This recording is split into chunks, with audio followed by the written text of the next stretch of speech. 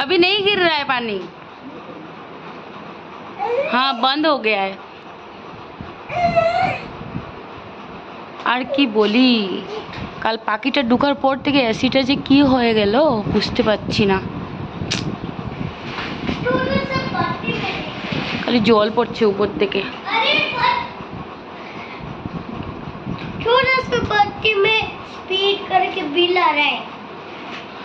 হ্যাঁ একটু একটু করে জল পড়ছে তো। আঙ্কল উপরে ঠিক করতে গেছে, তুমি ধরবে না এসব জিনিসে। क्यों?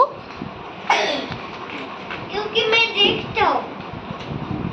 देखो ना जल पड़े ওয়ালের কালারটা কি হয়ে গেছে। কোনটা? এই যে। हाँ कम तो हो गया है लेकिन बीच बीच में एक दो बूंद ऐसे गिर रहा है, एक दो बूंद गिर रहा है फिर भी। हाँ गिर रहा है, ज्यादा नहीं, एक दो बूंद।